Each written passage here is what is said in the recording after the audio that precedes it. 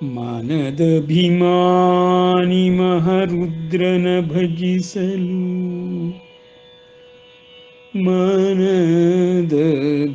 ಮಾನದಭಿಮಾನಿ ಮಹಾರುದ್ರನ ಭಜಿಸಲು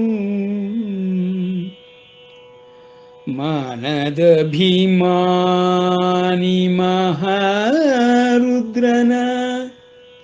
ಭಜಿಸಲು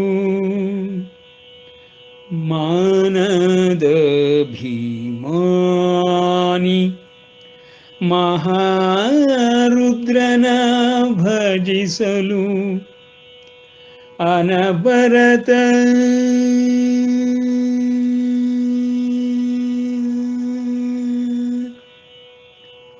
ಶ್ರೀ ಹರಿಯ ಆರಾಧಿಸಲು ಮನದಭಿಮಾನಿ ಮಹಾರುದ್ರನ ಭಜಿಸಲು ಮನದಭಿಮಾನಿ ಮಹಾರುದ್ರನ ಭಜಿಸಲು ಅನವರತ ಶ್ರೀ ಹರಿಯನಾರಾಧಿಸಲು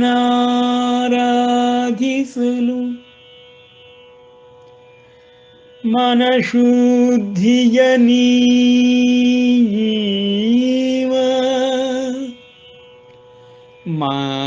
ಮನಶುದ್ಧಿಯ ನೀವ ಮತಿ ಕೊಡುವ ಮನಶುದ್ಧಿಯ ನೀವ ಮತಿ ಕೊಡುವ ಮತಿ ಕೊಡುವ ಮನಶುದ್ಧಿಯ ನೀವ ಮತಿ ಕೊಡುವ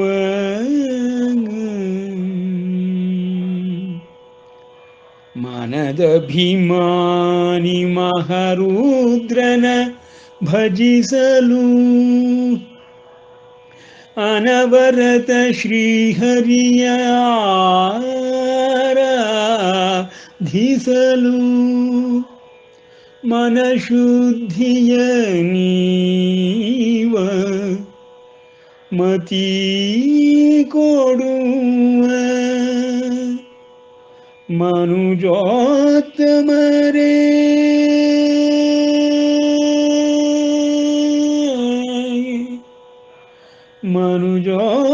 ಮನುಜೋತ್ತಮರೇ ಕೇಳಿ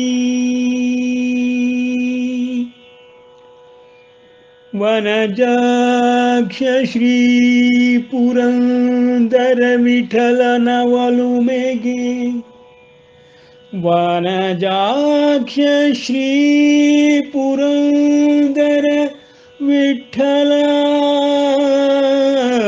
ವಿಠಲ ವಿಠಲನ ಒಲುಮೆಗೆ ಮನಸ್ಸು ಕಾರಣವಲ್ಲದೆ ಮನಸ್ಸು ಕಾರಣವಲ್ಲದೆ ಮತ್ತಾವುದು ಮತ್ತಾವುದು ಮತ್ತಾವುದು ಶ್ರೀ ಪುರಂದರ ವಿಠಲನ ಒಲುಮೆಗೆ ಮನಸ್ಸು ಕಾರಣವಲ್ಲದೆ ಮತ್ತಾವುದು ಮತ್ತಾವುದು ಮತ್ತಾವುದು ಮತ್ತಾವುದು ಶುಕ್ಲಾಂಬರಧರಂ ವಿಷ್ಣುಂ ಶಶಿವರ್ಣಂ ಚತುರ್ಭುಜಂ ಪ್ರಸನ್ನವದನಂ ಧ್ಯಾಯೇತ್ ಸರ್ವವಿಘ್ನೋಪಶಾಂತಯೇ ಅಗಜಾನನ ಪದ್ಮಾರ್ಕಂ ಗಜಾನನಮಹರ್ನಿಶಂ ಅನೇಕದಂತಂ ಭಕ್ತಾನಾಂ ಏಕದಂತಮುಪಾಸ್ಮಹೇ ಅಂಬತ್ವಾಮನುಸಂದದಾಮಿ ಭಗವದ್ಗೀತೆ ಭವದ್ವೇಷಿಣೀ ನ ಚ ತಸ್ಮಾನ್ ಮನುಷ್ಯೇತು ಕಶ್ಚಿನ್ಮೇ ಪ್ರಿಯಕೃತ್ತಮಃ ಭವಿತಾ ನ ಚ ಮೇ ತಸ್ಮಾತ್ ಅನ್ಯಃ ಪ್ರಿಯತರೋ ಭುವಿ. ನಾವು ಇದುವರೆಗೆ ಭಗವದ್ಗೀತಾ ಜ್ಞಾನಾಭ್ಯಾಸದ 15ನೇ ಅಧ್ಯಾಯವಾದ ಪುರುಷೋತ್ತಮ ಯೋಗದ ಮೊದಲ 2 ಶ್ಲೋಕಗಳಲ್ಲಿ ವ್ಯವಸ್ಥೆಯನ್ನು ತಿಳಿಯುವುದಕ್ಕೋಸ್ಕರವಾಗಿ ಭಗವದ್ಗೀತೆಯ ಮೊದಲನೇ ಅಧ್ಯಾಯದಲ್ಲಿ ಅರ್ಜುನ ವಿಷಾದವನ್ನು ತಿಳಿಸಿದ ನಂತರ ಸಾಂಖ್ಯಯೋಗದ ಮೂಲಕ ಭಗವಂತನು ಅರ್ಜುನನ ಮನಸ್ತಾಪಕ್ಕೆ ಮನೋದೌರ್ಬಲ್ಯಕ್ಕೆ ನಿವಾರಣೆಯನ್ನು ಮಾಡುವುದಕ್ಕೋಸ್ಕರವಾಗಿ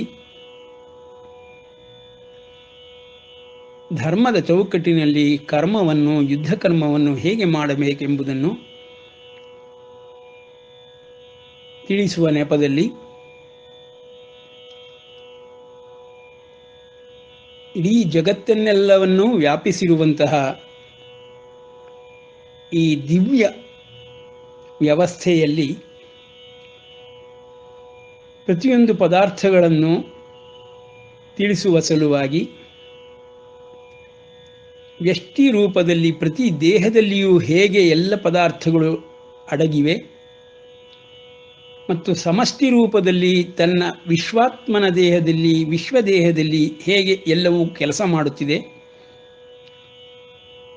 ಎಂಬುದನ್ನು ಮೊದಲ 6 ಅಧ್ಯಾಯಗಳಲ್ಲಿ 6 ಅಧ್ಯಾಯಗಳಲ್ಲಿ ಒಟ್ಟು 12 ಅಧ್ಯಾಯಗಳಲ್ಲಿ ತಿಳಿಸಿದಂತಹ ಸ್ವಾಮಿಯು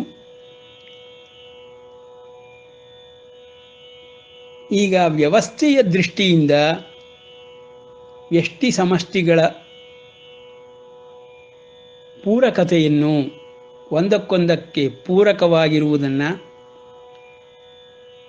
ಮತ್ತು ವ್ಯವಸ್ಥಿತವಾಗಿ ಎಲ್ಲ ಉಪಕರಣಗಳು ಕೆಲಸ ಮಾಡುತ್ತಿರುವುದನ್ನು ತಿಳಿಸುತ್ತಿದ್ದಾನೆ.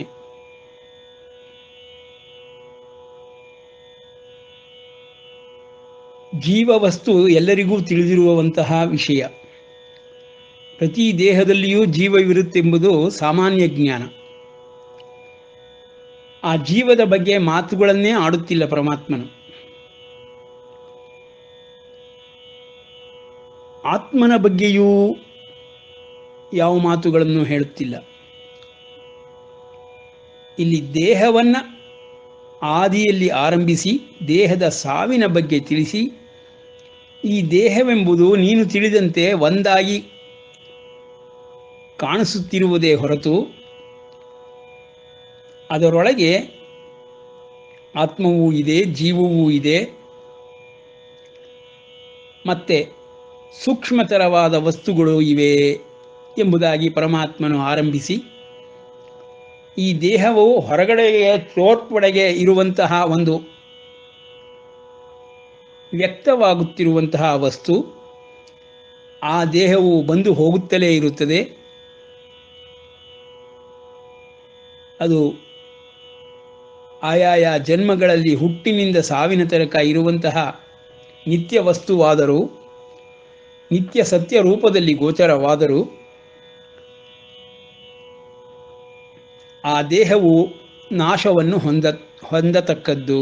ಕಾರಣವೇನೆಂದರೆ ಅದಕ್ಕೆ ಹುಟ್ಟು ಉಂಟಾಗಿದೆ. ಆದರೆ ದೇಹದೊಳಗಿರುವ ದೇಹಿಯು ಅನಾದಿಯು, ಹುಟ್ಟು ಇಲ್ಲದೆ ಇರುವವನು. ಹುಟ್ಟು ಇಲ್ಲವೆಂದ ಮೇಲೆ ಸಾವೂ ಇಲ್ಲದೆ ಇರುವವನು. ಹಾಗೆ ಹುಟ್ಟು ಸಾವಿನ ಒಂದು ಅಂತರದಲ್ಲಿ ಯಾವುದನ್ನು ನಾವು ನೋಡಲು ನಮಗೆ ಸರಿಯಾಗಿ ಅರ್ಥವಾಗುವುದಿಲ್ಲ. ಹುಟ್ಟಿನ ಹಿಂದೆ ಅವ್ಯಕ್ತ ಸ್ಥಿತಿಯನ್ನು, ಸಾವಿನ ನಂತರ ಉಂಟಾಗುವ ಅವ್ಯಕ್ತ ಸ್ಥಿತಿಯನ್ನು ಮತ್ತು ಆ ದೇಹಿಯ ಗತಿಯನ್ನು, ಹುಟ್ಟಿನಿಂದ ಭೌತಿಕ ಶರೀರವನ್ನು ಪಡೆದುಕೊಂಡು ಸಾಯುವಾಗ ಭೌತಿಕ ಶರೀರವನ್ನು ಕಳೆದುಕೊಳ್ಳುವಂತಹ ಈ ಒಂದು ಆತ್ಮನ ಗತಿ ಎಂಬುದ ಏನಿದೆಯೋ ಅದನ್ನು ದೇಹಿಯು ಹೇಗೆ ಅನುಭವಿಸುವನು ಎನ್ನುವುದನ್ನು ವಿಶ್ಲೇಷಣೆ ಮಾಡುತ್ತಾ ಮೂಲಭೂತವಾಗಿರುವಂತಹ ಆತ್ಮ ಬ್ರಹ್ಮ ತತ್ವವನ್ನು ತಿಳಿಸುತ್ತಾ ಸತ್ ಚಿತ್ ಆನಂದ ರೂಪಗಳನ್ನು ವರ್ಣಿಸುತ್ತಿದ್ದಾನೆ. ಅದರಲ್ಲಿ ಸತ್ ಎಂಬ ವಸ್ತುವನ್ನು ವಿಶ್ಲೇಷಣೆಗೆ ಒಳಪಡಿಸಿ ಅದೇ ಮೂಲ ವಸ್ತು ಎಂಬುದಾಗಿ, ಅದರಿಂದಲೇ ಇಡೀ ಜಗತ್ತು ಎಲ್ಲವೂ ವ್ಯಾಪಿಸಲ್ಪಟ್ಟಿದೆ ಎಂಬುದಾಗಿ ಪರಮಾತ್ಮನು ತಿಳಿಸುತ್ತಲಿದ್ದಾನೆ. ಸಾಂಖ್ಯಯೋಗ 2ನೇ ಅಧ್ಯಾಯ 16ನೇ ಶ್ಲೋಕ. ಇದೇ ನಿಜವಾದ ಭಗವದ್ಗೀತೆಯ ಆಧಾರ ಶ್ಲೋಕ, ಆದಿಶ್ಲೋಕ. ಮೂಲಭೂತವಾದಂತಹ ಪದಾರ್ಥವನ್ನು ತಿಳಿಸುತ್ತಿರುವಂತಹ ಒಂದು ತತ್ವ ಸಂದೇಶ. ನಾಸತೋ ವಿದ್ಯತೆ ಭಾವೋ ನಾಭಾವೋ ವಿದ್ಯತೆ ಸತಃ. ವೇದಗಳ ಆದಿಯನ್ನಾಗಲಿ ಉಪನಿಷತ್ತುಗಳ ಆದಿಯನ್ನಾಗಲಿ ಸಕಲ ಚರಾಚರ ವಸ್ತುಗಳ ಆದಿಯನ್ನಾಗಲಿ ಇಡೀ ಜಗತ್ತಿನ ಸೃಷ್ಟಿಯ ಆದಿಯನ್ನಾಗಲಿ ಈ ಒಂದು ಶ್ಲೋಕದಲ್ಲಿ ಪರಮಾತ್ಮನು ಉಲ್ಲೇಖಿಸುತ್ತಿದ್ದಾನೆ. ಸತ್ ಎಂಬ ವಸ್ತು ಒಂದು ಯಾವಾಗಲೂ ಇರುತ್ತದೆ. ಅದಕ್ಕೆ ಆದಿಯೂ ಇಲ್ಲ, ಅಂತ್ಯವೂ ಇಲ್ಲ. ಹಿಂದಿನಿಂದಲೂ ಇದೆ, ಮುಂದೂ ಇರುತ್ತದೆ, ಇಂದೂ ಇದೆ. ಆ ಸದ್ವಸ್ತುವನ್ನು ಸರಿಯಾದ ರೀತಿಯಲ್ಲಿ ಅರ್ಥ ಮಾಡಿಕೊಂಡವನು ಯಾವುದೇ ರೀತಿಯ ಅನುಮಾನಗಳು ಉಂಟಾಗುವುದಿಲ್ಲ ಎಂಬುದಾಗಿ ತಿಳಿಸುತ್ತಾ, ಈ ಸದ್ವಸ್ತುವಿನ ವಿಷಯದಲ್ಲಿಯೂ ಮತ್ತು ಭಾವ ಎಂಬ ವಿಷಯದಲ್ಲಿಯೂ ಯಾರು ಸರಿಯಾಗಿ ತಿಳಿದುಕೊಂಡಿರುತ್ತಾರೆಯೋ ಅವರೇ ನಿಜವಾದ ತತ್ವದರ್ಶಿಗಳು. ಅಂತಹ ತತ್ವದರ್ಶಿಗಳಿಂದ ನೀನು ಈ ಸದ್ವಸ್ತುವಿನ ವಿಷಯವಾಗಿ ತಿಳಿದುಕೊಳ್ಳಲೇಬೇಕು. ಯಾಕೆಂದರೆ ಅವರೇ ತತ್ವ ನಿರ್ಣಯ ಮಾಡುವಂಥವರು ಎಂಬುದಾಗಿ ಪರಮಾತ್ಮನು ಈ ಶ್ಲೋಕದಲ್ಲಿ ತಿಳಿಸುತ್ತಿದ್ದಾನೆ. ಅದಕ್ಕೆ ಪೂರಕವಾಗಿ ಮುಂದಿನ ಶ್ಲೋಕದಲ್ಲಿ ಅದರ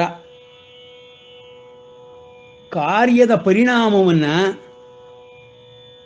ಆ ಸದ್ವಸ್ತುವಿನ ಪರಿಣಾಮಗಳನ್ನು ವಿವರಿಸುತ್ತಿದ್ದಾನೆ. ಅವಿನಾಶಿ ತು ತದ್ ವಿದ್ಧಿ ಯೇನ ಸರ್ವಮಿದಂ ತತಂ ವಿನಾಶಂ ಅವ್ಯಯಸ್ಯ ಅಸ್ಯ ನ ಕಶ್ಚಿತ್ ಕರ್ತುಮರ್ಹತಿ. ಅಪ್ಪ ಅರ್ಜುನ, ದೇಹವನ್ನು ನಾಶ ಮಾಡಬಹುದು, ಕೊಲ್ಲಬಹುದು. ಆದರೆ ಆ ವ್ಯಕ್ತಿಯು ಅನಾದಿಯೂ ಅನಂತನೂ ದೇಹಿಯಾಗಿ ಇರುವುದರಿಂದ ಆ ದೇಹದೊಳಗೆ ಇರುವಂತಹ ಈ ಸತ್ ಎಂಬ ಯಾವ ವಸ್ತುವಿದೆಯೋ ಆ ಸತ್ ವಸ್ತುವನ್ನು ನಾಶ ಮಾಡಲು ಸಾಧ್ಯವಿಲ್ಲ. ದೇಹವನ್ನು ನಾಶ ಮಾಡಬಹುದು, ದೇಹಿಯನ್ನೂ ಒಳಗಿನ ಸೂಕ್ಷ್ಮ ಶರೀರವಾಗಲಿ ಕಾರಣ ಶರೀರವಾಗಲಿ ನಾಶ ಮಾಡಬಹುದು. ಆದರೆ ಈ ಮೂರೂ ದೇಹಗಳ ಒಳಗಡೆ ಇರುವಂತಹ ಆತ್ಮವಸ್ತು, ಸತ್ ಚಿತ್ ಆನಂದ ರೂಪಿಯಾಗಿರುವಂತಹ ಯಾವ ಬ್ರಹ್ಮವಸ್ತು, ಆತ್ಮವಸ್ತು ಇದೆಯೋ ಅದನ್ನು ಸಮಷ್ಟಿಯಲ್ಲಿ ಪರಬ್ರಹ್ಮನೆಂತಲೂ ಪರಮಾತ್ಮನೆಂತಲೂ, ವ್ಯಷ್ಟಿಯಲ್ಲಿ ಆತ್ಮನೆಂತಲೂ ಬ್ರಹ್ಮನೆಂತಲೂ ಹೇಳುತ್ತಾರೆ. ಆ ಬ್ರಹ್ಮವಸ್ತುವಿನಲ್ಲಿ ಸತ್ ಚಿತ್ ಆನಂದ ರೂಪದಲ್ಲಿರುವಂತಹ ಈ ಸತ್ ಎಂಬ ವಸ್ತು ಭಾವ ಉತ್ಪತ್ತಿಗೆ, ಭಾವೋದಯಕ್ಕೆ ಕಾರಣವಾಗಿದೆ. ಸತ್ವಸ್ತು ಇಲ್ಲವಾದರೆ ಅಲ್ಲಿ ಭಾವ ಉಂಟಾಗುವುದಿಲ್ಲ. ಅಸದ್ವಸ್ತುವಿನಲ್ಲಿ ಭಾವವಿಲ್ಲ, ಸತ್ವಸ್ತುವಿನಲ್ಲಿ ಭಾವವಿರುತ್ತದೆ. ಭಾವದ ಆಧಾರದ ಮೇಲೆ ಪ್ರತಿ ಜೀವಿಯು ಸದ್ವಸ್ತುವನ್ನು ಗುರುತಿಸುವ ಶಕ್ತಿಯನ್ನು ಪಡೆದುಕೊಳ್ಳುತ್ತಾನೆ. ಪ್ರತಿ ಜೀವಿಗೂ ಮನಸ್ಸೆಂಬುದೊಂದಿದೆ. ಎಲ್ಲ ಜೀವಿಗಳಲ್ಲಿಯೂ ಮನಸ್ಸಿದೆ. ಆ ಮನಸ್ಸೇ ಸತ್ ಎಂಬ ವಸ್ತುವನ್ನು ತಿಳಿದುಕೊಳ್ಳಲು ಭಾವರೂಪದಿಂದ ಸಹಾಯವನ್ನು ಪಡೆಯುತ್ತದೆ. ಅದು ಸದ್ವಸ್ತುವಾಗಿದ್ದರೆ ಭಾವ ಉತ್ಪತ್ತಿಯಾಗುತ್ತದೆ, ಭಾವೋದಯವಾಗುತ್ತದೆ. ಅಸದ್ವಸ್ತುವಾದರೆ ಭಾವವೇ ಇರುವುದಿಲ್ಲ. ಹೀಗೆಂದು ಸದ್ವಸ್ತುವನ್ನು ಗುರುತಿಸಬೇಕು. ಆ ಸದ್ವಸ್ತುವಿನ ವಿಶೇಷಣವೇನೆಂದರೆ ಅವಿನಾಶಿ ತು ತದ್ ವಿದ್ಧಿ. ಆ ಸತ್ವಸ್ತುವನ್ನು ತತ್ ಎಂಬ ಪದಪ್ರಯೋಗದಿಂದ ಪರಮಾತ್ಮನು ಮುಂದಿನ ಶ್ಲೋಕದಲ್ಲಿ ಹೇಳುತ್ತಿದ್ದಾನೆ. ಅವಿನಾಶಿ ತು ತತ್ ವಿದ್ಧಿ. ಆ ಸತು ಎಂಬ ತತ್ವವನ್ನು ಅವಿನಾಶಿ ಎಂದು ತಿಳಿದುಕೋ. ನಾಶವಿಲ್ಲದ್ದು, ಸದಾ ಇರುವಂಥದ್ದು, ಆದಿ ಇಲ್ಲದ್ದು, ಅಂತ್ಯವೂ ಇಲ್ಲದ್ದು, ಎಂದೆಂದಿಗೂ ಇರುವಂಥದ್ದು. ಅದಕ್ಕೆ ಕಾಲಘಟ್ಟಗಳೆಂಬುದೇ ಇಲ್ಲ. ಅನಾದಿ, ಎಂದಿನಿಂದಲೂ ಅದು ಇದ್ದೇ ಇದೆ. ಇದ್ದೇ ಇರುವ ವಸ್ತುವನ್ನು ಆದಿ ಎಂಬುದಾಗಿ ಹೇಗೆ ಹೇಳುವುದು? ಸುಲಭವಾಗಿ ಅರ್ಥ ಮಾಡಿಕೊಳ್ಳಲು ಒಂದೇ ಬಿಂದುವಿನಿಂದ ಆರಂಭವಾದರೂ ವೃತ್ತವನ್ನು ನಾವು ಎಳೆದಾಗ ಆ ವೃತ್ತದಲ್ಲಿ ಯಾವುದು ಆದಿ ಬಿಂದು ಎಂಬುದಾಗಿ ಗುರುತಿಸಲ್ಪಡುತ್ತದೆ. ಯಾವುದೂ ಆದಿ ಬಿಂದುವಾಗುವುದಿಲ್ಲ. ಎಲ್ಲವೂ ಆದಿ ಬಿಂದುಗಳೇ. ಬಿಂದುಗಳೆಲ್ಲ ವೃತ್ತಾಕಾರದಲ್ಲಿ ಒಂದಕ್ಕೊಂದು ಸೇರಿಕೊಂಡು ಪೋಣಿಸಿಕೊಂಡು ವೃತ್ತವನ್ನು ಮಾಡಿರುತ್ತದೆ. ಆ ವೃತ್ತದೊಳಗೆ ಆದಿ ಬಿಂದು ಯಾವುದು ಎಂಬುದಾಗಿ ಹೇಗೆ ಪತ್ತೆ ಹಿಡಿಯುವುದು? ಆ ಕಾರಣದಿಂದಲೇ ಪರಮಾತ್ಮನು ಸದ್ವಸ್ತುವನ್ನು ಅನಾದಿ ಎಂದು ಹೇಳುತ್ತಿದ್ದಾನೆ. ಹಾಗೆಯೇ ಮಾಲೆಗೂ ಹೋಲಿಸುತ್ತಾನೆ. ಸೂತ್ರೇ ಮಣಿಗಣ ಇವ ಎಂಬುದಾಗಿ. ಮಣಿಗಳ ಮಾಲೆಯಿಂದ ಪೋಣಿಸಲ್ಪಟ್ಟಿದೆ ಈ ಆತ್ಮವಸ್ತು ಎಂಬುದಾಗಿ ಮುಂದೆ ಹೇಳುತ್ತಾನೆ. ಈ ಮೂಲಕವಾಗಿ ನಾವು ಆ ಸದ್ವಸ್ತುವನ್ನು ಅನಾದಿ ಎಂದು, ಅನಂತನೆಂದು ತಿಳಿದುಕೊಳ್ಳಬೇಕು. ಆ ಸದ್ವಸ್ತುವಿಲ್ಲದ ಸ್ಥಳವೇ ಇಲ್ಲ, ಕ್ಷೇತ್ರವೇ ಇಲ್ಲ, ವಸ್ತುವೇ ಇಲ್ಲ, ವಿಷಯವೇ ಇಲ್ಲ. ಅದಕ್ಕೆ ಸಾವೂ ಇಲ್ಲ, ಹುಟ್ಟೂ ಇಲ್ಲ ಎಂಬುದಾಗಿ ತಿಳಿಸುತ್ತಾ ಪರಮಾತ್ಮನು ಅವಿನಾಶಿ ತು ತತ್, ಆ ಸದ್ವಸ್ತುವನ್ನು ತತ್ ಎಂದು ಹೇಳುತ್ತಿದ್ದಾನೆ. ವಿದ್ಧಿ, ತಿಳಿದುಕೋ. ನೋಡಿ, ಇನ್ನೊಂದು ವಿಶೇಷವೇನೆಂದರೆ ಏನ ಸರ್ವಮಿದಂ ತತಂ. ಆ ಸದ್ವಸ್ತುವಿನಿಂದಲೇ ಇಡೀ ಜಗತ್ತು ಉಂಟಾಗಿದೆ. ಅದೊಂದೇ ಸದ್ವಸ್ತುವು ಇಡೀ ಜಗತ್ತನ್ನೇ ವ್ಯಾಪಿಸಿದೆ. ನಮಗೆ ಪ್ರತಿ ಜೀವಿಗೂ ಕಾಣುತ್ತಿರುವ ಈ ಜಗತ್ತು ಎಂಬುದು ಆ ಸದ್ವಸ್ತುವಿನಿಂದ ತುಂಬಿಕೊಂಡಿದೆ. ಏನ ಸರ್ವಮಿದಂ ತತಂ. ವಿನಾಶಂ ಅವ್ಯಯಸ್ಯ ಅಸ್ಯ. ಇದರ ವಿನಾಶವನ್ನು ಯಾವನೂ ಮಾಡಲಾಗುವುದಿಲ್ಲ. ನ ಕಶ್ಚಿತ್ ಕರ್ತುಮರ್ಹತಿ. ನೀನು ಶತ್ರುಗಳಾಗಿ ನಿಂತಿರುವಂತಹ ತಾತ ಮುತ್ತಾತ ಎಲ್ಲ ಸಂಬಂಧಿಗಳನ್ನು ದೇಹವನ್ನು ನಾಶ ಮಾಡಬಹುದೇ ಹೊರತು ಆ ವ್ಯಕ್ತಿಗಳನ್ನು ಯಾರನ್ನೂ ನಾಶ ಮಾಡಲಾಗುವುದಿಲ್ಲ. ಅವರೆಲ್ಲರೂ ಸದ್ವಸ್ತುಗಳೇ, ದೇಹದಿಂದ ಗೋಚರವಾಗುತ್ತಿದ್ದಾರೆ. ದೇಹದ ಒಳಗೆ ದೇಹಿಯಾಗಿರುವ ಅವರು ನಾಶ ಹೊಂದುವುದಿಲ್ಲ. ಆದುದರಿಂದ ಸಾವು ಎಂಬ ಯಾವ ಅರ್ಥವನ್ನು ನೀನು ಮನಸ್ಸಿನಲ್ಲಿ ಇಟ್ಟುಕೊಂಡಿದ್ದೇಯೋ ಅದು ದೇಹಕ್ಕೆ ಮಾತ್ರ ಅನ್ವಯವಾಗುತ್ತೆ ಮತ್ತು ದೇಹದ ಒಳಗಿರುವ ದೇಹಿಗೆ ಅನ್ವಯವಾಗುವುದಿಲ್ಲ. ಆದುದರಿಂದ ನೀನು ಅವರುಗಳನ್ನು ಕೊಂದೆನೆಂಬುದಾಗಿ ಚಿಂತಿಸುವ, ಶೋಕಿಸುವ ಅವಶ್ಯಕತೆಯೇ ಇಲ್ಲ ಎಂಬುದಾಗಿ ಅರ್ಜುನನಿಗೆ ತಿಳಿ ಹೇಳುತ್ತಿದ್ದಾನೆ. ಸಾವಿನ ವಿಷಯದಲ್ಲಿ ಸಾವು ದೇಹಕ್ಕೆ ಆಗುತ್ತದೆ, ದೇಹಿಗೆ ಸಾವಿಲ್ಲ. ಅವಿನಾಶಿ. ಆ ದೇಹಿಯ ಒಳಗಿರುವಂತಹ ಆ ಮೂಲಭೂತವಾದ ವಸ್ತುವನ್ನು ಸತ್ ಎಂಬ ಎರಡಕ್ಷರಗಳಿಂದ ಗುರುತಿಸುತ್ತೇವೆ. ಅದು ಎಲ್ಲಿದೆಯಪ್ಪ? ಎಲ್ಲ ಕಡೆ ಇದೆ. ಇಡೀ ಜಗತ್ತೇ ಅದರಿಂದ ವ್ಯಾಪ್ತವಾಗಿದೆ, ಅದರಿಂದಲೇ ಉಗಮವಾಗಿದೆ. ಅದರ ರಾಹಿತ್ಯದಲ್ಲಿ ಯಾವುದೂ ಇರುವುದಿಲ್ಲ. ಸತು ವಸ್ತು ಇರುವವನಿಗೆ ಎಲ್ಲವೂ ಇರುತ್ತದೆ. ವಿದ್ಯತೆ ನಾಸತೋ ವಿದ್ಯತೆ. ವಿದ್ಯತೆ ಪದದ ಅರ್ಥವೇ ಅದು. ಎವರ್ ಎಕ್ಸಿಸ್ಟಿಂಗ್, ಎಂದೆಂದಿಗೂ ಇರುವಂಥದ್ದು, ಆದಿ ಇಲ್ಲದ್ದು, ಅಂತವಿಲ್ಲದ್ದು. ಹಾಗಾಗಿ ಅವಿನಾಶಿತು ತದ್ವಿದ್ಧಿ ಏನ ಸರ್ವಮಿದಂ ತತಂ ವಿನಾಶಂ ಅವ್ಯಯಸ್ಯ ಅಸ್ಯ ನ ಕಶ್ಚಿತ್. ಯಾರೂ ಕೂಡ ಕರ್ತುಂ ಅರ್ಹತಿ, ಮಾಡಲಾಗುವುದಿಲ್ಲ. ಯಾರಿಗೂ ಮಾಡೋಕ್ಕಾಗಲ್ಲ ಅದನ್ನು ನಾಶ. ಯಾವುದರಿಂದ ಇದೆಲ್ಲವೂ ವ್ಯಾಪ್ತವಾಗಿದೆಯೋ ಅದನ್ನು ವಿನಾಶರಹಿತವೆಂದು ತಿಳಿದುಕೋ. ಈ ಅವ್ಯಯದ ವಿನಾಶವನ್ನು ಮಾಡಲು ಯಾವನೂ ಸಮರ್ಥನಾಗುವುದಿಲ್ಲ. ಪರಮಾತ್ಮನು ಅವಿನಾಶಿಯಾದ ವಸ್ತುವನ್ನು, ದೇಹದೊಳಗಿರುವುದನ್ನು ಸತ್ ಎಂಬುದಾಗಿ ತಿಳಿಸುತ್ತಾ, ಅದನ್ನೇ ತತ್ ಎಂಬ ಪದದಿಂದ ಪ್ರಯೋಗ ಮಾಡಿ ಎಲ್ಲರೂ ತಿಳಿದುಕೊಳ್ಳುತ್ತಾರೆ ಎಂಬುದಾಗಿ ತತ್ ಸತ್ ಎರಡೂ ವಸ್ತುಗಳನ್ನು 2 ಶ್ಲೋಕಗಳಲ್ಲಿ ಪರಿಚಯಿಸುತ್ತಿದ್ದಾನೆ. ಇದರ ಆಧಾರದ ಮೇಲೆಯೇ ಸತ್ಯವೆಂಬುದು ವಿವರಿಸಲ್ಪಟ್ಟಿರುವುದು. ಸತ್ ಎಲ್ಲಿದೆಯೋ ಅದು ಸತ್ಯವಾಗಿರ್ತದೆ. ಸತ್ಯವಸ್ತು. ಸತುವಿಗೆ ನಾಶವಿಲ್ಲ, ಆದಿಯೂ ಇಲ್ಲ, ಎಂದೆಂದೂ ಇರುವಂಥದ್ದು, ಎಲ್ಲದರಲ್ಲಿಯೂ ಇರುವಂಥದ್ದು, ಎಲ್ಲವನ್ನೂ ವ್ಯಾಪಿಸಿರುವಂಥದ್ದು. ಆ ಸತ್ ವಸ್ತುವನ್ನೇ ನೇರವಾಗಿ ಆತ್ಮನೆಂದು ಹೇಳಲಾಗುವುದಿಲ್ಲ. ಆತ್ಮನ ಸಚ್ಚಿದಾನಂದ ರೂಪದ ಒಂದು ಭಾಗವಾಗಿದೆ. ಹಾಗಾದರೆ ಚಿತ್ ಮತ್ತು ಆನಂದವನ್ನು ಹೇಗೆ ಅರ್ಥ ಮಾಡಿಕೊಳ್ಳಬಹುದು? ಇವೆಲ್ಲವೂ ಸೂಕ್ಷ್ಮತಮವಾದ ವಸ್ತುಗಳಾದ್ದರಿಂದ ಲೌಕಿಕವಾದ ಉದಾಹರಣೆಗಳ ಮೂಲಕ ಅರಿಯುವುದಕ್ಕೆ ಪ್ರಯತ್ನ ಪಡಬಹುದು.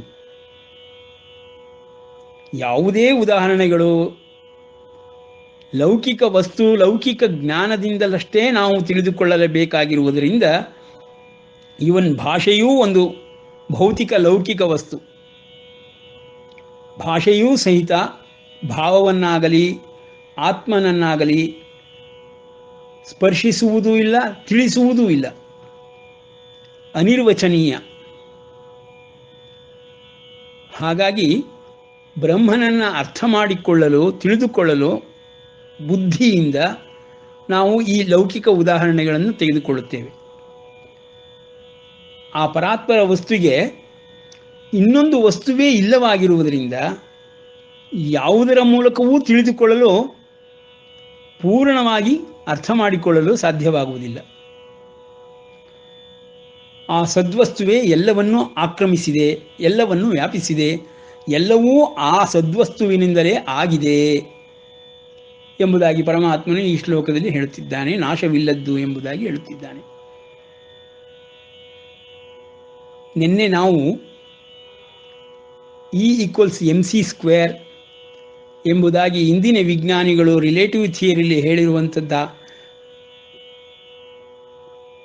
ಒಂದು ಸಿದ್ಧಾಂತವನ್ನು ತೆಗೆದುಕೊಂಡು ಈ ಸತ್ ಎಂಬ ವಸ್ತುವಿಗೆ ಹೋಲಿಸಿ ನೋಡಿದೆವು. ಇಲ್ಲಿ ನಾವು ಸತ್ ಎಂಬ ಪದಕ್ಕೆ ಸಮವಾಗಿ ಉಪಯೋಗಿಸಿರುವ ಯಾವ ಪದವಿದೆ E=mc² ಎಂದು ಪರಿಶೀಲಿಸಿದರೆ ಸಮನಾದ ಪದ ಯಾವುದೂ ಇಲ್ಲ. ಇ ಎಂಬ ಎನರ್ಜಿ ಆಗಲಿ, ಎಂಬ ಮಾಸ್ ಆಗಲಿ, ಸಿ ಎಂಬ ಕಾನ್ಸ್ಟೆಂಟ್ ಸ್ಪೀಡ್ ಆಫ್ ಲೈಟ್ ಆಗಲಿ, ಯಾವುದೂ ಸದ್ವಸ್ತುವಿಗೆ ಹೋಲಿಕೆಯಲ್ಲ. ಆದರೆ ಸತ್ ಮತ್ತು ಅಸತ್ ಎಂಬುದರ ವಿಷಯವನ್ನು ತಿಳಿದುಕೊಳ್ಳುವುದಕ್ಕೆ ಅದು ಸಹಾಯ ಮಾಡುತ್ತದೆ. ಇಂದಿನ ವಿಜ್ಞಾನ ಯುಗದಲ್ಲಿ ವಿಜ್ಞಾನದ ಮೂಲಕವೇ ಎಲ್ಲವನ್ನು ನೋಡುವಂತಹ ಒಂದು ದುರಭ್ಯಾಸವು ಬಂದು ಬಿಟ್ಟಿರುವುದರಿಂದ ಆ ಒಂದು ವಿಜ್ಞಾನದ ಸಿದ್ಧಾಂತವನ್ನು ತೆಗೆದುಕೊಂಡು ಹೋಲಿಸಿ ಅರ್ಥ ಮಾಡಿಕೊಳ್ಳಲು ಪ್ರಯತ್ನ ಪಟ್ಟೆವು. ನೋಡಿ, ಲೈಟ್ ಎಂಬುದಾಗಿ ಯಾವುದನ್ನು ಹೇಳುತ್ತಾರೆಯೋ ಅದು ಬೆಳಕು. ಅದನ್ನು ಸಂಸ್ಕೃತ ಪದದಲ್ಲಿ ದಿವ್ಯ, ದಿವ್ ಎಂಬ ಪದಗಳಿಂದ ಗುರುತಿಸುತ್ತಾರೆ. ಬೆಳಕನ್ನು ಕೊಡುವಂತಹ ಸೂರ್ಯನನ್ನು ದಿವಾಕರ ಎಂಬುದಾಗಿಯೂ, ಆ ಬೆಳಕಿನ ಶರೀರವನ್ನು ಹೊಂದಿರುವಂತಹ ದೇವತೆಗಳನ್ನು ದೇವರೆಂಬುದಾಗಿಯೂ, ದೇವಲೋಕ ಎಂಬುದಾಗಿಯೂ, ಆ ದೀಪವನ್ನು, ಬೆಳಕನ್ನು, ಜ್ಯೋತಿಯನ್ನು ಅರ್ಥ ಮಾಡಿಕೊಳ್ಳಲು ಬಳಸುವಂತಹ ಪದಗಳು. ಅದನ್ನು ಆಂಗ್ಲದಲ್ಲಿ ಲೈಟ್ ಎಂಬುದಾಗಿ ಹೇಳುತ್ತಾರೆ. ಸೋಲಾರ್ ಎನರ್ಜಿ ಲೈಟನ್ನು ಹೊಂದಿದೆ, ಹೀಟನ್ನು ಹೊಂದಿದೆ. ಆ ಲೈಟ್ ವಿಷಯದಲ್ಲಿ ಹೇಳುವಾಗ E=mc² ಎಂಬುದಾಗಿ ಮೂಲಭೂತ ಸಿದ್ಧಾಂತವನ್ನು ಐನ್ಸ್ಟೀನ್ ರವರು ಮಂಡಿಸಿದ್ದಾರೆ. ಅಲ್ಲಿ ಎನರ್ಜಿ ಎಂಬುದು ಮತ್ತು ಮಾಸ್ ಎಂಬುದು ಒಂದಕ್ಕೊಂದು ಇಂಟರ್ಚೇಂಜಬಲ್, ಅದಲು ಬದಲಾಗುವ ಸ್ಥಿತಿಯುಂಟು ಎಂಬುದಾಗಿ ವರ್ಣಿಸುತ್ತಾರೆ, ವಿವರಿಸುತ್ತಾರೆ. ಇಲ್ಲಿ ಸದ್ವಸ್ತುವಿನಿಂದಲೇ ಇಡೀ ವಿಶ್ವವು, ಜಗತ್ತು ಉಂಟಾಗಿದೆ, ವ್ಯಾಪಿಸಿದೆ. ನೋಡಿ, ಜಗತ್ತು ನಮಗೆ ಕಾಣುವಂತೆಯೇ ಭೌತಿಕವಾದದ್ದು. ಸದ್ ಎಂಬ ವಸ್ತು ಬ್ರಹ್ಮವಸ್ತು, ಚೇತನ, ಚೈತನ್ಯ ಎಂಬುದಾಗಿ ಇಟ್ಟುಕೊಂಡಾಗ, ಚೇತಾಂಸಿ ಎಂದು ಪ್ರತಿ ಜೀವಿಯನ್ನು ಹೇಳಿದಾಗ, ಮೂಲ ಚೇತನ ಎಲ್ಲಿಂದ ಬರುತ್ತಿದೆ, ಚೈತನ್ಯ ಎಲ್ಲಿಂದ ಉಂಟಾಗುತ್ತಿದೆ ಎಂಬುದನ್ನು ವಿಶ್ಲೇಷಣೆ ಮಾಡಿದರೆ ಈ ಸತ್ ವಸ್ತುವಿಗೆ ಅಂತ್ಯವಾಗುತ್ತದೆ. ಸದ್ವಸ್ತುವೇ ಕೊನೆಯಲ್ಲಿ ನಿಲ್ಲುತ್ತದೆ. ಆ ಸದ್ವಸ್ತುವಿನಿಂದ ಇಡೀ ಸಕಲ ಚರಾಚರ ಜಗತ್ತೂ ಉಂಟಾಗಿದೆ, ಭೌತಿಕವಾಗಿ ಕಾಣುತ್ತಿರುವಂತಹ, ಮತ್ತು ವಿವಿಧ ಶಕ್ತಿರೂಪಗಳಿಗೂ ಅದೇ ಮೂಲವಾಗಿದೆ. ಹಾಗಾಗಿ ಆದಿಮೂಲನೆಂದು ವಿಷ್ಣುವನ್ನು ಹೇಳುತ್ತೇವೆ, ಮಹಾವಿಷ್ಣುವನ್ನು ಹೇಳುತ್ತೇವೆ. ಮಹಾವಿಷ್ಣುವಿಗೆ ಜ್ಯೋತಿಸ್ವರೂಪನೆಂದೂ ಹೇಳುತ್ತೇವೆ. ಇಲ್ಲಿ ನಾವು ಗಮನಿಸಬೇಕಾದ ಅಂಶವೇನೆಂದರೆ, ಜ್ಯೋತಿ ಎಂಬುದು ಸೂರ್ಯ ಮತ್ತು ನಕ್ಷತ್ರಗಳಿಂದ ಉಂಟಾಗುತ್ತಿರುವಂತಹ ಒಂದು ವಿಷಯ ವಸ್ತು. ಜ್ಯೋತಿಯಲ್ಲಿ ಲೈಟ್ ಎಂಬುದಾಗಿ, ಹೀಟ್ ಎಂಬುದಾಗಿ ಎಲ್ಲವನ್ನೂ ಹೇಳಬಹುದು. ಆ ಬೆಳಕು ಎನ್ನುವ ಸಾಮಾನ್ಯ ಅರ್ಥದಲ್ಲಿಯೂ ಆ ಪದವನ್ನು ಉಪಯೋಗಿಸಬಹುದು. ಆ ಜ್ಯೋತಿ ಮತ್ತು ಜ್ಯೋತಿಷ್ಶಾಸ್ತ್ರ ನಕ್ಷತ್ರಗಳಿಂದಲೇ ಆರಂಭವಾಗಿರುವಂಥದ್ದು, ಸೂರ್ಯನಿಂದಲೇ ಬೆಳಕು ಕಾಣುತ್ತಿರುವಂಥದ್ದು. ಆ ಸೂರ್ಯನಿಗೆ ಹೇಗೆ ಬೆಳಕು ಅವಿನಾಭಾವ ಸಂಬಂಧವನ್ನು ಹೊಂದಿದೆಯೋ ಅದೇ ರೀತಿಯಲ್ಲಿ ಆತ್ಮ ಪರಮಾತ್ಮ ವಸ್ತುವಿಗೂ ಬೆಳಕೆಂಬುದಾಗಿಯೇ ನಾವು ತಿಳಿಸುತ್ತೇವೆ. ಮುಂದಿನ ಅಧ್ಯಾಯಗಳಲ್ಲಿ ಕೃಷ್ಣನು ಹೇಳುವಾಗ ಜ್ಞಾನವನ್ನು ಬೆಳಕಿಗೆ ಹೋಲಿಸುತ್ತಾನೆ. ಜ್ಞಾನ ಸೂರ್ಯನೆಂದು ಆತ್ಮನನ್ನು ಹೇಳುತ್ತಾನೆ. ಹಾಗಾಗಿ ಎಲ್ಲವೂ ಸೂರ್ಯನಲ್ಲಿಯೇ, ಜ್ಯೋತಿ ರೂಪದಲ್ಲಿಯೇ ನಾವು ಕಾಣುವಂಥದ್ದು. ಜ್ಯೋತಿಸ್ವರೂಪನಾಗಿರುವಂತಹ ಮಹಾವಿಷ್ಣುವನ್ನು ಆದಿಮೂಲನೆಂಬುದಾಗಿಯೂ ನಾವು ವರ್ಣಿಸುತ್ತೇವೆ.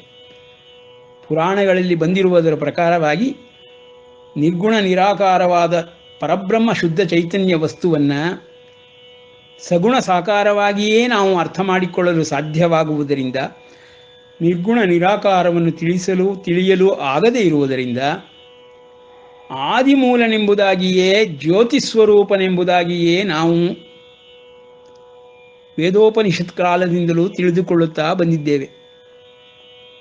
ಆ ಜ್ಯೋತಿಯ ವಿಷಯದಲ್ಲಿ ಲೈಟ್ ಎಂಬುದಾಗಿ, ಲೈಟ್ ಯಾವ ರೀತಿಯ ಪರಿಣಾಮಗಳನ್ನು ಹೊಂದಿದೆ, ಯಾವ ರೀತಿಯಲ್ಲಿ ಅದು ಕಾರ್ಯವನ್ನು ಮಾಡುತ್ತದೆ, ಅದರ ಮೂಲ ಸ್ವರೂಪವೇನು ಎಂಬುದಾಗಿ ತಿಳಿಸುವಂತಹ E=mc²ನಲ್ಲಿ ಎನರ್ಜಿ ಎಂಬುದಾಗಿಯೂ ಅದು ಮಾಸ್ ಎಂಬುದಾಗಿ ಅದಲು ಬದಲಾಗುತ್ತದೆ ಎಂಬುದಾಗಿಯೂ ವರ್ಣಿಸಿದ್ದಾರೆ. ಹಾಗೆಯೇ ಇಲ್ಲಿಯೂ ಆದಿಮೂಲನಾದ ಜ್ಯೋತಿಯಿಂದಲೇ ಇಡೀ ಜಗತ್ತೆಲ್ಲವೂ ವ್ಯಾಪಿಸಲ್ಪಟ್ಟಿದೆ. ಜ್ಯೋತಿಯೇ ಸಕಲ ಜೀವರಾಶಿಗಳಿಗೂ ಮೂಲವಾಗಿದೆ. ಜೀವಸತ್ವವನ್ನು ಕೊಡುವಂತಹ ಬೆಳಕು, ಸೂರ್ಯನ ಬೆಳಕು ಸಕಲ ವಿಶ್ವಕ್ಕೆ, ಸಕಲ ಚರಾಚರ ವಸ್ತುಗಳಿಗೆ ವ್ಯಾಪಿಸಿಕೊಂಡಿದೆ ಎಂಬುದಾಗಿ ನಾವು ತಿಳಿದುಕೊಳ್ಳುವುದರ ಮೂಲಕವಾಗಿ ಈ ಸತ್ ವಸ್ತುವನ್ನು ವೈಜ್ಞಾನಿಕವಾದಂತಹ ಆ ಉದಾಹರಣೆಯ ಮೂಲಕ ತಿಳಿಯಲು ಪ್ರಯತ್ನಪಟ್ಟೆವು. ಅಲ್ಲಿ ಲೈಟ್ ಎಂಬುದು ಮಾಸ್ ಇಲ್ಲದೇ ಇರುವಂತಹ ವಸ್ತು ಎಂಬುದಾಗಿ ತಿಳಿಸುತ್ತಾರೆ. ಇಲ್ಲಿ ಸತ್ ಎಂಬ ವಸ್ತುವು ಯಾವುದೇ ರೀತಿಯ ವೆಯ್ಟನ್ನು ಪಡೆದಿರುವಂತಹ ವಸ್ತುವಲ್ಲ. ಆದರೂ ಅದು ಮಾಸ್ ಆಗಿ ಬದಲಾಗುತ್ತದೆ. ಹಾಗೆ ಮಾಸನ್ನು ಲೈಟಾಗಿ ಬದಲಾಯಿಸಬಹುದು ಎಂಬುದು ಈ ಸತ್, ಅಸತು ಮತ್ತು ಭಾವ ಇವುಗಳಿಂದ ತಿಳಿದು ಬರುತ್ತದೆ. ಆ ಕಾರಣದಿಂದ ಆ ಉದಾಹರಣೆಯನ್ನು ಇಲ್ಲಿ ಸದ್ವಸ್ತುವಿಗೆ ತೆಗೆದುಕೊಂಡೆವು. ಮತ್ತೊಂದು ಉದಾಹರಣೆಯನ್ನು ನೋಡಬಹುದು. ಪರಮಾಣು, ಅಣು ಎಂಬುದಾಗಿ ಇಂದಿನ ವೈಜ್ಞಾನಿಕ ಯುಗದಲ್ಲಿ ಯಾವುದನ್ನು ಪತ್ತೆ ಹಚ್ಚಿದ್ದಾರೆಯೋ ಅದರಲ್ಲಿ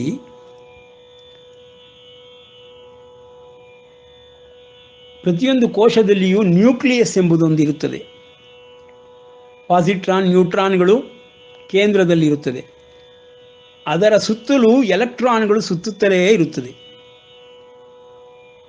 ಈ ಸುತ್ತುತ್ತಿರುವ ಎಲೆಕ್ಟ್ರಾನ್ಗಳನ್ನು ಅನಿತ್ಯ ವಸ್ತು ಎಂಬುದಾಗಿ ತಿಳಿದುಕೊಂಡರೆ, ಸತ್ಯ ವಸ್ತುವಾಗಿ ಸತ್ ಎಂಬುದಾಗಿ ಆ ಪಾಸಿಟ್ರಾನ್, ನ್ಯೂಟ್ರಾನ್ಗಳನ್ನು ನ್ಯೂಕ್ಲಿಯಸ್ ರೂಪದಲ್ಲಿ ಇರುವುದನ್ನು ತಿಳಿದುಕೊಳ್ಳಬಹುದು. ಆ ಕಾರಣದಿಂದಲೇ ಎಲೆಕ್ಟ್ರಾನ್ಗಳು ಎಲ್ಲಿದೆ, ಹೇಗಿದೆ ಎಂಬುದನ್ನು ಪತ್ತೆ ಹಚ್ಚುವುದರಷ್ಟರಲ್ಲಿಯೇ ಅದು ತನ್ನ ಸ್ಥಾನವನ್ನು ಬದಲಿಸುವುದರಿಂದ, ಸದಾ ಚಲನೆಯಲ್ಲೇ ಇರುವುದರಿಂದ ಅದನ್ನು ಋಣಾಂಶ ಸಂಭೂತವಾಗಿರುವಂಥದ್ದು ಮತ್ತು ನ್ಯೂಕ್ಲಿಯಸ್, ಪಾಸಿಟ್ರಾನ್, ನ್ಯೂಟ್ರಾನ್ಗಳನ್ನು ಧನಾಂಶ ಸಂಭೂತವಾಗಿರುವಂಥದ್ದು ಎಂಬುದಾಗಿ ವರ್ಣಿಸುತ್ತಾರೆ.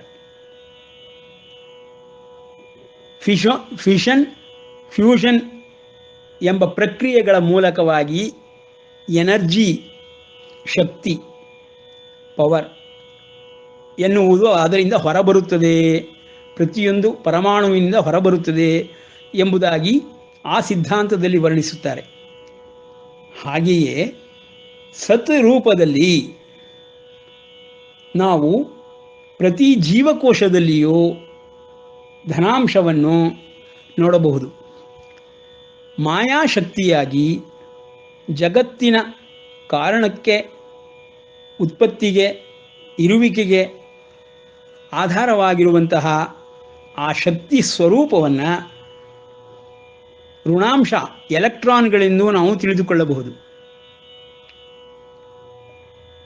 ಹೇಗೆ ಎಲೆಕ್ಟ್ರಾನ್ಗಳು ಸದಾ ಪಾಸಿಟ್ರಾನ್, ನ್ಯೂಟ್ರಾನ್ಗಳ ಸುತ್ತಲೂ ಸುತ್ತುತ್ತದೆ, ಚಲನೆಯಲ್ಲಿಯೇ ಇರುತ್ತದೆ, ಒಂದು ಪರಿಧಿಯಲ್ಲಿಯೇ ಇರುತ್ತದೆ, ಒಂದು ವೃತ್ತರೂಪದಲ್ಲಿಯೇ, ಆರ್ಬಿಟ್ ಪಥದಲ್ಲಿಯೇ ಇರುತ್ತದೆ ಎಂಬುದಾಗಿ ಇಲ್ಲಿ ನಾವು ತಿಳಿದುಕೊಳ್ಳುತ್ತೇವೆಯೋ, ಹಾಗೆಯೇ ಸೂರ್ಯನ ಸುತ್ತಲೂ ನವಗ್ರಹಗಳಾಗಲಿ, ನಭೋಮಂಡಲದಲ್ಲಿರುವ ಎಲ್ಲ ಕಾಯಗಳಾಗಲಿ ಸುತ್ತುತ್ತಲೇ ಇರುತ್ತದೆ.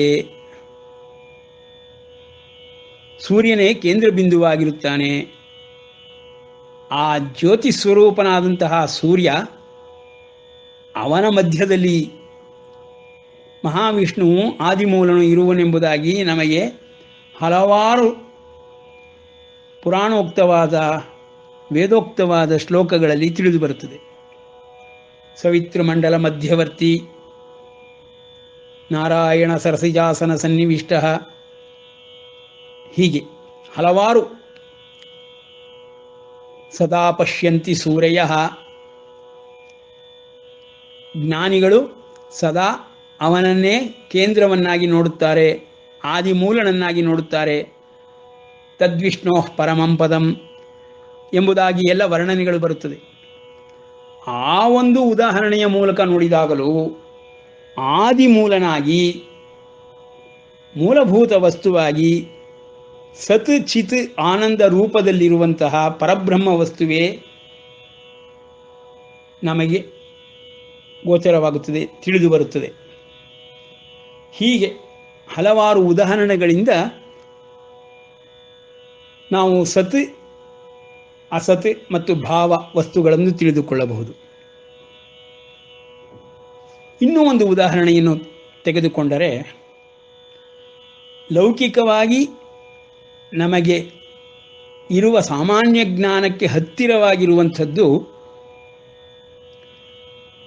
ಪರಮಾತ್ಮನೇ ತಿಳಿಸಿದಂತೆ ಪ್ರಕೃತಿ ಪುರುಷ ಸಂಬಂಧ ಮತ್ತು ಬೀಜ ಪ್ರಕೃತಿಯೊಳಗೆ ಮಳೆತು ಬೆಳೆಯುವ ವಿಷಯಗಳನ್ನು ಈ ಸೃಷ್ಟಿಗೆ ಕಾರಣವೆಂಬುದಾಗಿ ತಿಳಿಸಿದಂತಹ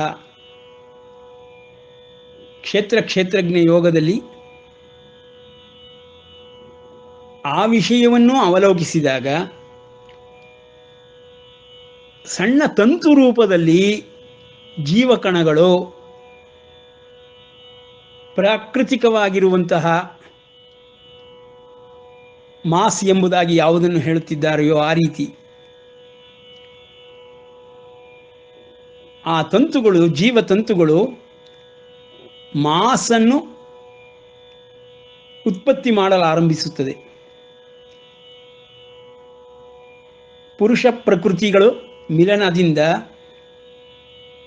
ಈ ರೀತಿಯ ಒಂದು ಮಾಸ್ ಇರುವುದು, ಭೌತಿಕವಾದ ವಸ್ತು ಉತ್ಪತ್ತಿಯಾಗುವುದು. ಅದು ತನ್ನ ಕೋಶಗಳನ್ನು ವೃದ್ಧಿ ಮಾಡಿಕೊಳ್ಳುತ್ತಾ 1ಕ್ಕೆ 2, 2ಕ್ಕೆ 4, 4ಕ್ಕೆ 16 ಈ ರೀತಿ ಅಭಿವೃದ್ಧಿಪಡಿಸಿಕೊಳ್ಳುತ್ತಾ ಭ್ರೂಣಾವಸ್ಥೆಯನ್ನು ತಲುಪುತ್ತದೆ. ಹಾಗೆ ಬೆಳೆಯುತ್ತಾ ಇಡೀ ಒಂದು ದೇಹವೆಂಬ ಮಾಸನ್ನೇ ಹೊಂದುತ್ತದೆ. ಆ ದೇಹವೆಂಬ ಮಾಸ್ ಪ್ರಕೃತಿಗೆ ಸಮವಾಗಿದೆ ಎಂಬುದು ಇಂದಿನ ವೈಜ್ಞಾನಿಕವಾದ ಅನ್ವೇಷಣೆಗಳಿಂದ ತಿಳಿದುಕೊಂಡಿರುವಂತಹ ಜ್ಞಾನ. ಅದನ್ನು ಅವಲೋಕಿಸಿದಾಗಲೂ ತಂತು ರೂಪದಲ್ಲಿ, ಜೀವತಂತು ರೂಪದಲ್ಲಿರುವಂತಹ ಚೈತನ್ಯವನ್ನು ಹೊತ್ತುಕೊಂಡು ಹೋಗುತ್ತಿರುವಂತಹ ಆ ಜೀವಕಣಗಳು ಸತ್ ಎಂಬುದಾಗಿ ನಾವು ತಿಳಿದುಕೊಳ್ಳಬಹುದು.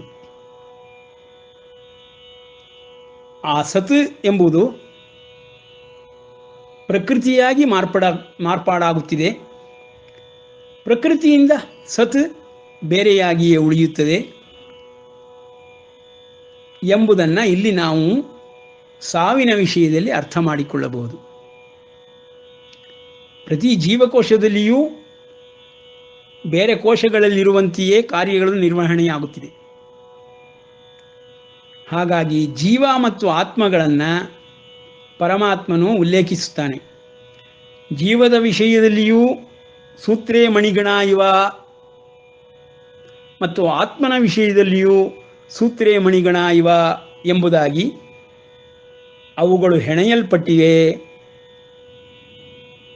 ವ್ಯಷ್ಟಿಯಿಂದ ಸಮಷ್ಟಿಯವರೆಗೂ ಜೀವಗಳು ಮತ್ತು ಆತ್ಮಗಳು ಬಲೆಯನ್ನು ನಿರ್ಮಿಸಿವೆ. ಈ ಜಗತ್ತಿನಲ್ಲಿ ಅವುಗಳು ಒಂದಕ್ಕೊಂದು ಕೂಡಿಕೊಂಡಿರುವುದರಿಂದ ಜೀವಕ್ಕೂ ಅವನೇ ಕಾರಣ, ಆತ್ಮಕ್ಕೂ ಅವನೇ ಕಾರಣನಾಗಿ ಆ ಪರಮಾತ್ಮ ವಸ್ತುವನ್ನು ನಾವು ಸತ್ ಚಿತ್ ಆನಂದ ರೂಪದಿಂದ ಅರ್ಥ ಮಾಡಿಕೊಳ್ಳಬಹುದು. ಪ್ರಕೃತಿ ಪುರುಷರೆಂಬುದಾಗಿ ವಿಂಗಡಣೆ ಮಾಡುವುದರ ಮೂಲಕವಾಗಿ ಸದ್ವಸ್ತುವನ್ನು ಪುರುಷನಲ್ಲಿ ಕಾಣಬಹುದು. ಪ್ರಕೃತಿಯಲ್ಲಿ ಅಸದ್ವಸ್ತುವನ್ನು ಕಂಡರೂ ಜೀವವಿರುವವರೆಗೂ ಅದು ಸದ್ವಸ್ತುವಿನ ರೂಪದಲ್ಲಿಯೇ ಇರುತ್ತದೆ. ಪ್ರಕೃತಿಯಲ್ಲಿ ಸದ್ವಸ್ತು ಯಾವಾಗ ಹೊರಹೋಗುತ್ತದೆಯೋ ಆವಾಗ ಅದು ಅಸದ್ವಸ್ತುವಾಗುತ್ತದೆ ಎಂಬುದಾಗಿ ನಾವು ತಿಳಿದುಕೊಂಡೆವು. ಹೀಗೆ ಪುರುಷ ಪ್ರಕೃತಿಯ ಸಂಬಂಧದಲ್ಲಿಯೂ ದೈಹಿಕವಾದ ಒಂದು ಜ್ಞಾನದ ಸಂಬಂಧದಲ್ಲಿಯೂ ಶಕ್ತಿ ಮೂಲಭೂತ ಚೈತನ್ಯ ಚೇತನ ಎಂಬ ದೃಷ್ಟಿಯಲ್ಲಿಯೂ ಈ ಸದ್ವಸ್ತುವನ್ನು ಮೂಲಭೂತ ವಸ್ತು ಎಂಬುದಾಗಿ ಅರ್ಥ ಮಾಡಿಕೊಳ್ಳಲು ಸಹಾಯವಾಗುತ್ತದೆ. ಅದನ್ನೇ ಪರಮಾತ್ಮನು ಅವಿನಾಶಿತು ತದ್ವಿಧಿ ಏನ ಸರ್ವಮಿದಂ ತತಂ ವಿನಾಶಂ ಅವ್ಯಯಸ್ಯ ಅಸ್ಯ ನ ಕಶ್ಚಿತ್ ಕರ್ತುಮರ್ಹತಿ. ಯಾರೂ ಇದನ್ನು ನಾಶ ಮಾಡಲಾಗುವುದಿಲ್ಲ. ದೇಹವನ್ನು ನಾಶ ಮಾಡಿದ ಮಾತ್ರಕ್ಕೆ ಸಾವು ಉಂಟಾಗಿದೆ ದೇಹಕ್ಕೆ ಎಂದು ಹೇಳಬೇಕೇ ಹೊರತು ದೇಹಿಗೆ ನಾಶ ಉಂಟಾಯಿತು, ದೇಹಿಯೊಳಗಿರುವ ಎಲ್ಲ ವಸ್ತುಗಳು ನಾಶವಾಯಿತು ಎಂಬುದಾಗಿ ಹೇಳಲಾಗುವುದಿಲ್ಲ ಎಂದು ತತ್ವವನ್ನು ಪರಮಾತ್ಮನು ಈ 2 ಶ್ಲೋಕಗಳಲ್ಲಿ ತೋರಿಸುತ್ತಿದ್ದಾನೆ. ಇಂದು ಇಲ್ಲಿಗೆ ಕೃಷ್ಣಾರ್ಪಣಮಸ್ತು.